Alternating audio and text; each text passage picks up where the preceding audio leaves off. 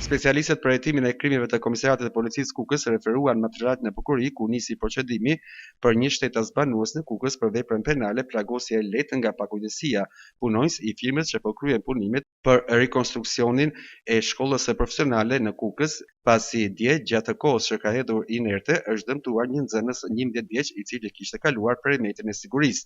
Ai po merr mjekim në spitalin e Tramos dhe nuk ka probleme për jetën. Procedimi është bërë edhe ndaj drejtuesit teknik të firmës që po krye punimet për rikonstruksionin e objektit për veprën penale shkelje e rregullave të mbrojtjes në punë. Ndërkohë, specialistët e çarkullimit rrugor të Drejtorisë Vendore të Policisë Kukës referuan materialet në prokurori ku nisi procedimi penal për një 17 vjeçar banues në Kukës pasi u konstatua duke drejtuar automjetin pa leje drejtimi. Specialistët për hetimin e krimeve në Komisariatin e Policisë Tropoj referuan materialet në prokurori dhe shpallën në kërkim një 32 vjeçar banues në qytetin e Bramsurit, punonjës në një kompani celulare në qytetin e Bramsurit, pasi është kallëzuar nga një shtetase e cila ja ka nënshkruar një kontratë në emër të saj për blerjen e një celulari me këste.